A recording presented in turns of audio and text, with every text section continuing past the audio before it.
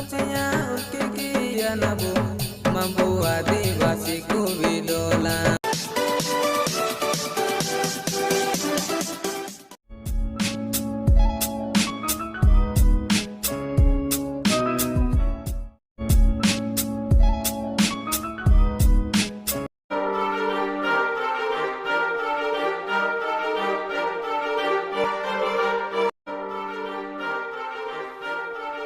कोरापुट आदिवासी संग्रहालयर बाहर पटर दृश्य खूब सुंदर भावरे सजा होइछि।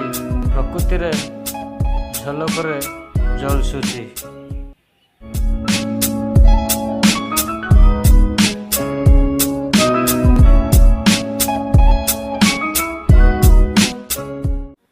संग्रहालय भीतर को प्रवेश करने निमंते रजिस्टर रे साइन करुछंती मोर बंधु जीतू भाई।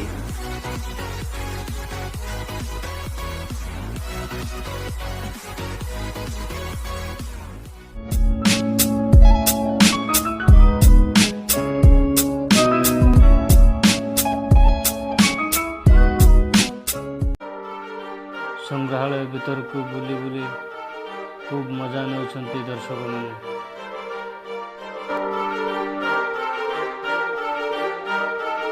कोरापुट आदिवासी संग्रहालय आदिवासी कला संस्कृति परंपरा नाच गीत खाद्यपेय बासन कुसन समस्त प्रकार सरंजाम खूब सुंदर भावरे सज्जित करी रखा जाइछि।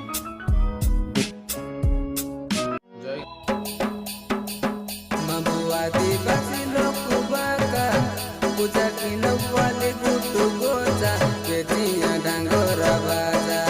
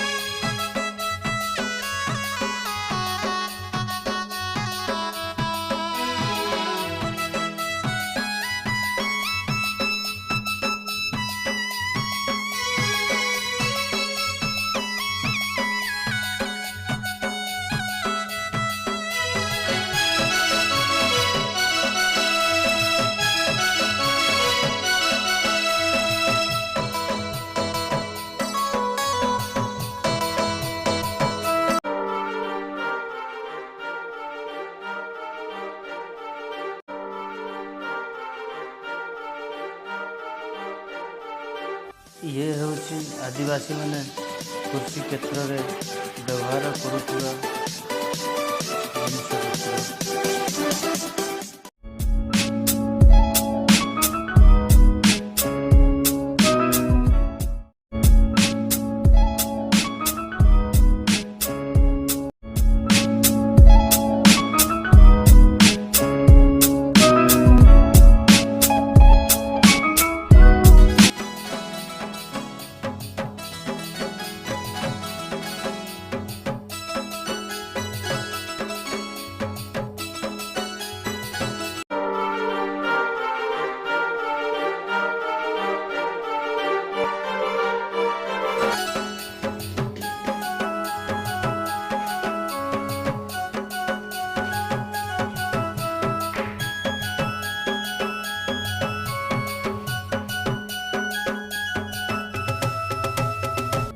एटा होची चालघर केते सुंदर भावरे सजाई के रखिछंती।